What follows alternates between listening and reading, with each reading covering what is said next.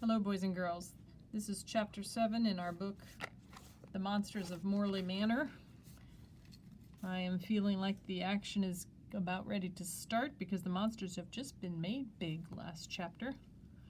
The picture you are looking at is actually the picture that I have on my desktop on my computer here at school.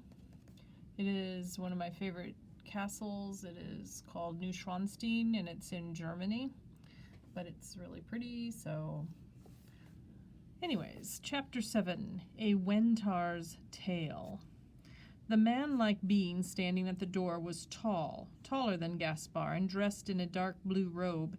At his side hung a leather pouch. His pale face, peering from beneath the shadows of a hood, was long and lined. His dark purple eyes were the most frightening things I had ever seen. Even so, he almost looked human. But not quite.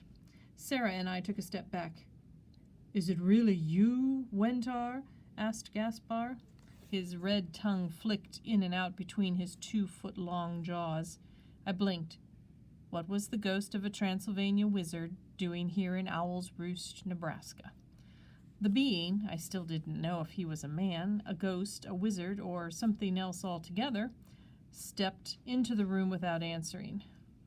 "Where have you been all these years?" demanded Gaspar. Now Wentar did speak. His voice was rich and deep as a church organ. "What I have been doing since I last saw you is a long story, and one I don't really want to tell right now. We have little time as it is, if we are going to rescue your brother." "Martin is dead?" Gaspar said, his voice heavy. Then he glanced at me and Sarah and wrinkled his long lizardy nose. "At least that's what I have been told." "What you have been told and what is true are not necessarily the same thing," replied Wentar. "You wicked children lied to us," cried Ludmilla, turning toward me. She bared her fangs and hissed. Now that she was a foot taller than me, this gesture was considerably more frightening than when she had only been 4 inches high. "Do not be foolish, Ludmilla," rumbled Wentar. "I was listening. Anthony and Sarah told you the truth as they knew it. The one who lied to you was Martin, or to be more specific, the being that your family believed was Martin." Gaspar's eyes grew wide. "Martin was a changeling?" he cried in astonishment. "Not as you use the word," Wentar said. "Not a goblin creature or anything such as that, though he was certainly left in place of your brother, just as in the old stories, and yet, in a strange way, he really was your brother." "You're not making much sense," hissed the snakes on Melisandre's head. They were writhing and twisting, and I realized that the more upset she was, the more active they got. "I'm making perfect sense," replied Wentar. "The problem is that you are operating on insufficient information." "Then give us more information," growled Albert. The wild-eyed hunchback was crouched beside Gaspar, clinging to the edge of his lab coat. I got the impression he didn't particularly like Wentar. Gaspar shook his enormous head.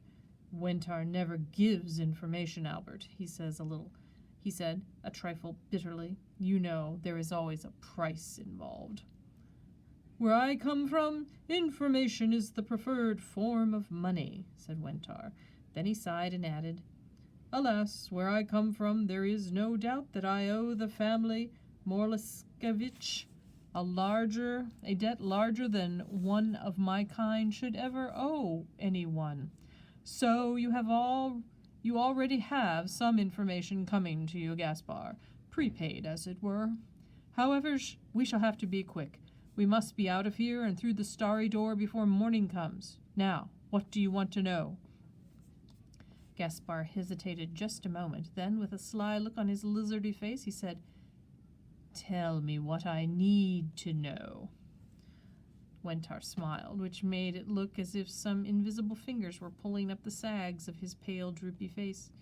"Oh, very good. You've learned a lot since the last I saw you." "I've suffered a lot since the last time you saw me." Wentar shrugged. The two things often go together. All right, gather round, quickly. There is much to be done, not much time to do it, and some things you do need to know before we act. I assume, by the way, that you have told the others of all that passed between us back in the old country, Gaspar. Gaspar nodded, an interesting effect, now that his snout was at least 2 feet long. Gesturing to me and Sarah, he said, "And I have given these youngsters a quick version of this story." Wentar glanced at us. A troubled expression crossed his face. "It would be best to send you two home immediately," he muttered. Before I could protest that I wanted to stay and hear his story, he added, "However, I fear the danger is too great for you to leave Morley Manor at this moment," which made me want to get out of there immediately. "What danger?" asked Sarah, stepping closer to me. Wentar lowered his voice. "You are not the only ones out tonight. Others are near, including a group that does not wish well to the family Morleskevich or any of its friends." I was tempted to say that we weren't really friends of the monsters since we had just met them a couple of hours ago, but that seemed rude and not to mention potentially dangerous. Besides, I really did feel as if they were our friends. "Come first light, and you two will be safe," said Wentar soothingly. "Until then, better you should stay with us." Gaspar made an impatient sound. "Tell us what we need to know, Wentar, quickly." Wentar sighed. "Well, the first thing you need to know is that Wentar is not my name. It is the title for what I do. I am a Wentar, one of many." I glanced at Gaspar. His yellow eyes blinked rapidly. Now that he was big, I noticed that the pupils were vertical, like a cat's. In a sorrowful voice, he said, "Truth reveals itself in layers, and those you think you know may hide worlds beneath their words. All right, my old teacher, you have my attention. What is a Wentar?" The Wentar opened his palms as if to show he had nothing to hide. "Oh, a little bit of this, a little bit of that. An explorer, an observer, a reporter, a listener, a judge, sometimes, primarily, an admissions officer." "But not a wizard?" I said. I had a feeling I knew where this was going. Even so, I was surprised to realize that the words had come from me. I had thought I was too scared to speak. "Not a wizard," agreed the Wentar, "though I do have some magic at my command. I suppose the most likely term would be an alien. I work for the Coalition of Civilized Worlds." The monsters murmured in surprise. "You mean as in from another planet?" demanded Albert. "Oi, I should have guessed."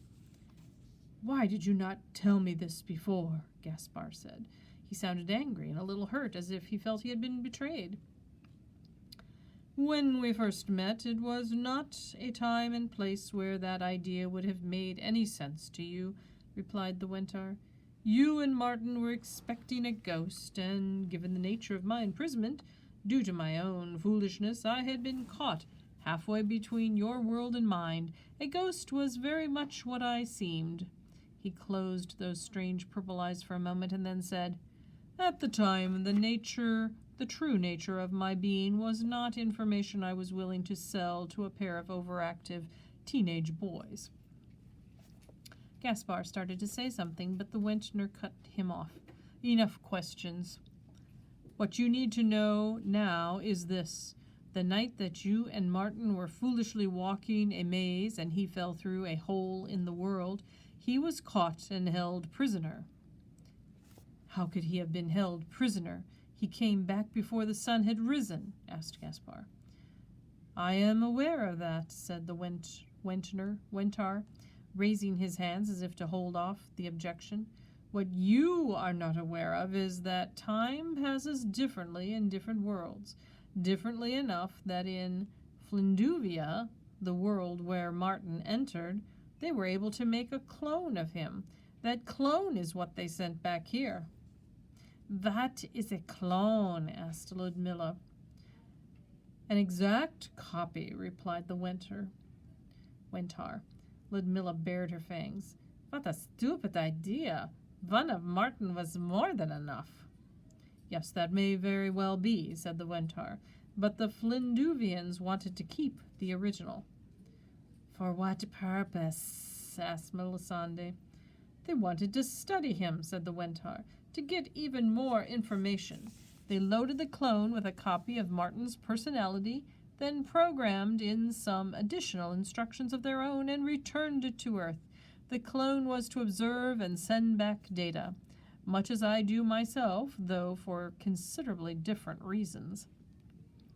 So if Martin seemed to be the same, yet not the same after his return, it is because that was the exact situation. He was a perfect reproduction of your brother with some additional programming. Sarah looked at me nervously, and I could tell she was wondering what it would be like to have a brother like that. Why are you telling us this now? Asked Gaspar. I have only recently worked it all out myself, said the Wentar. Also, I am concerned because the Flinduvians have called the clone home. Called him home? I repeated. Does that mean that the old man, Mr. Morley, didn't actually die a few months back? Precisely, said the Wentar.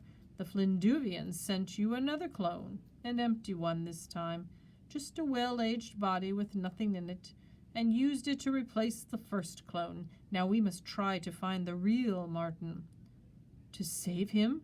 Gaspar asked eagerly, his long lizard tongue flicking in and out of his snout. Saving Martin would be nice, said the Wentar. Certainly it would help ease my conscience. However, the main thing I need to do right now is to find out what the Flinduvians are up to, and I think there is a good chance I can do that by tapping Martin's brain. But why did they send a clone of him here to begin with, I asked. What were they after? I should think that much would be obvious, said the Wentar. They want to take over your planet. Oh boy.